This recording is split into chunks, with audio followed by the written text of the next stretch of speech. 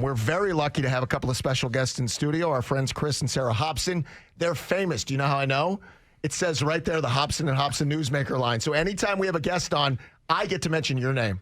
That's awesome. I'm going to wake up tomorrow morning and just remind my husband that I'm famous. When you call each other, though, you should call each other, hey, Sarah, it's Chris. I'm calling you on the Hobson and Hobson Newsmaker line. Yes. Just to kind of see if you guys are on the same page. It is true, and I am thankful for you being Chris Hobson, because if it was a really long, crazy name, whenever we do our resets, it would be so much more difficult to do. So Hobson and Hobson makes it very easy for us. It's a big win for us. And let me let folks know, and they hear us talk about you guys a good bit, but are you brave enough to take that first step is what we always say. Visit areyoubraveenough.com to schedule a consultation. Divorce is not something anybody wants to go through, but you want to have the right people on your side if you have to go through the tough situation. Absolutely. Or maybe it's a good situation. I don't know. Maybe the other side is what you're trying to get to. Could be better, you know? Well, I wanted to ask you guys, so a couple of weeks back, the world saw the news of Bill and Melinda Gates going through their divorce. And this is not like just, Jenny and Steve down the block who are going to have to, figure out the house and the assets. Here's a $150 billion power couple.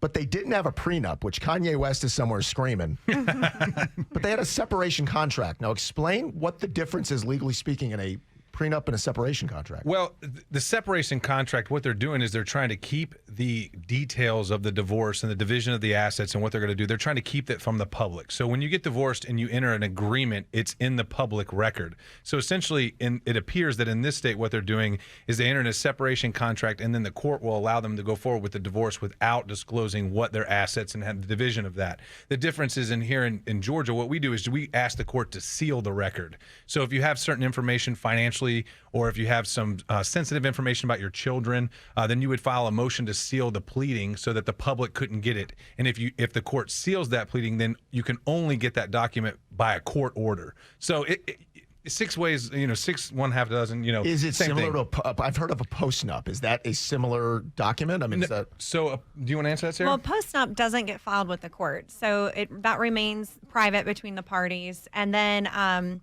when you get divorced, the court is still going to enter an order saying how everything's going to be settled, or they're going to have you do a settlement agreement, which would be filed with the clerk. And your neighbor can go online and see exactly how your bank accounts and your vehicles and all that are going to be. Nosy neighbors. See, Yes. that's what I would do for somebody like Exactly. Matt. I'd want to know what's going on with him, whereas the guy down the road, I think you'd no be big less deal. than impressed with what you'd see. I'd be like, wow, he only got that, huh? Exactly. That's a tough one. But the separation agreement or the contract, is that something as you're at the finish line or you're going into the divorce proceedings where you're like, this is what we agree on so it doesn't get ugly? Exactly. Well, and mainly people like this, I mean, that's some different kind of problems when you're separating billions, right? So, what they're essentially saying is, hey, let's get this done. We're going to divide the assets. We're going to keep it from the public, and we'll keep it from the news and all that stuff. So, it's all doing the same thing. It gets back to your question about the postnup. Now, a postnup, the law says that you cannot do it in anticipation of a divorce. So that's really where the difference is. And so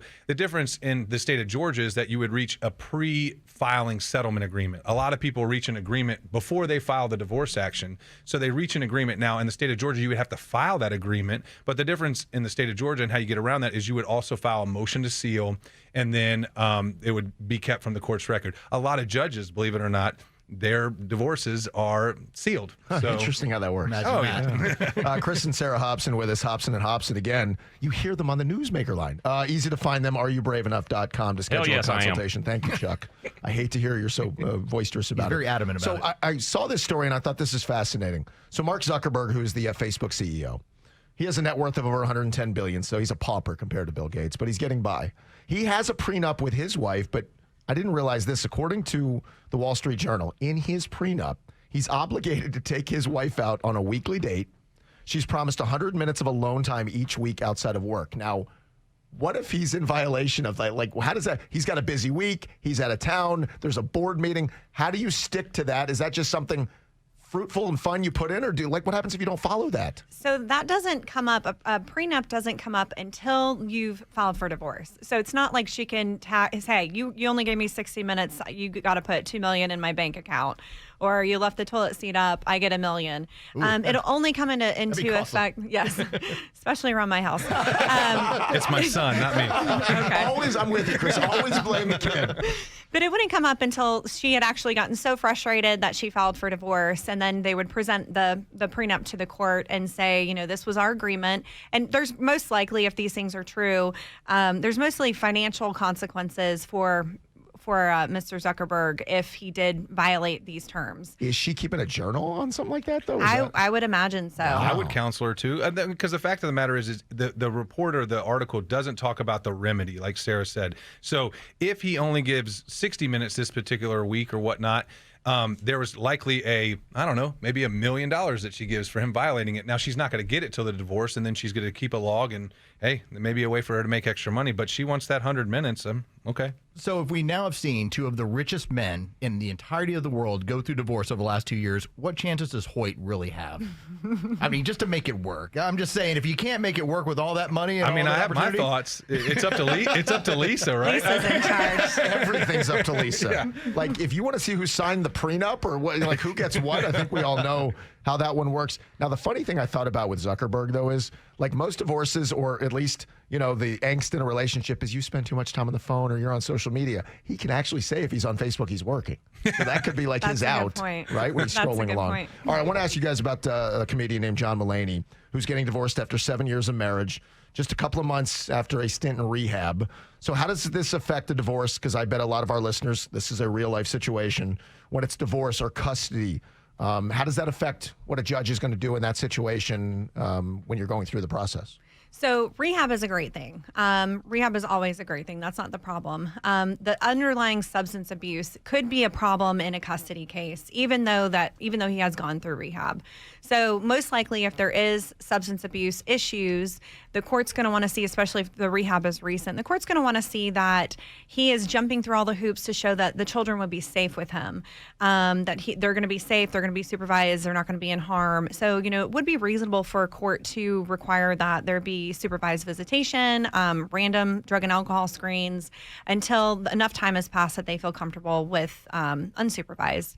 But rehab is great, you know, and if children are not involved, the substance abuse is not as much of a factor in just a divorce without kids. So let me ask you guys, just in general, for our listeners, and again, this is a real life scenario. People are going through the decision-making process of are you going to file, are you going to go through it? What's the piece of advice you would tell somebody before making the official decision to come see you and to file? I would say be prepared. And by be prepared is get ahead of it. If you feel like your marriage is on the verge of divorce, you need to have a consultation with our law firm. I mean, the fact of the matter is a lot of men get caught blinded because, as my wife says all the time, 9 times out of 10, the wife files for divorce. So many men, we just put our head in the sand and say, oh, we'll get through another day. But you got to be cognizant of it, and you got to be prepared. The people that aren't prepared, they get rolled over in a divorce because they're just stuck and they're catching up all the time. You want to be in charge. You want to be the one directing the divorce, not the one, following the other side and doing what they say. So filing first, there actually is some. There is benefit. You get Okay. you get to present your case first. And going to court, for people that don't understand, when you go to court, it's no different than watching a movie. There is a beginning, a middle, an apex, and an end. And you got to present that as theater. And by presenting it first, you can convince the judge before the other side even gets a chance to talk. This is why I just passed the 15-year mark on my wedding, my anniversary. So when I do decide to go down this road, I'm going to wait for like her birthday or like Father's Day or something like that. Total Just a blindside. blindside her out Yeah. of nowhere. I'll be good. No. Yeah, did it the right way. It's when you're going through a divorce, it's an unfortunate circumstance, but you got to be selfish. Right. You have Yeah. to be selfish and protect yourself and protect your kids. If you're not, then you're just going to be devastated. You have to be selfish. Areyoubravenough.com is Hell yes, I am. Chuck, please. That's the place you want to go to schedule your consultation. Make it a fact-finding mission. Make it more, but just let Chris and Sarah kind of walk you through the process. Again, areyoubravenough.com to schedule that consultation today. Guys, it was good to see you. Good to see you. Thanks for Thanks stopping for in. having Thank you us. very much. Thanks. Appreciate it very much. Los will be in contact if he needs you rather soon. Father's Day is the perfect time, Los, for you to think about that. Surprise. Be selfish. Here's my gift.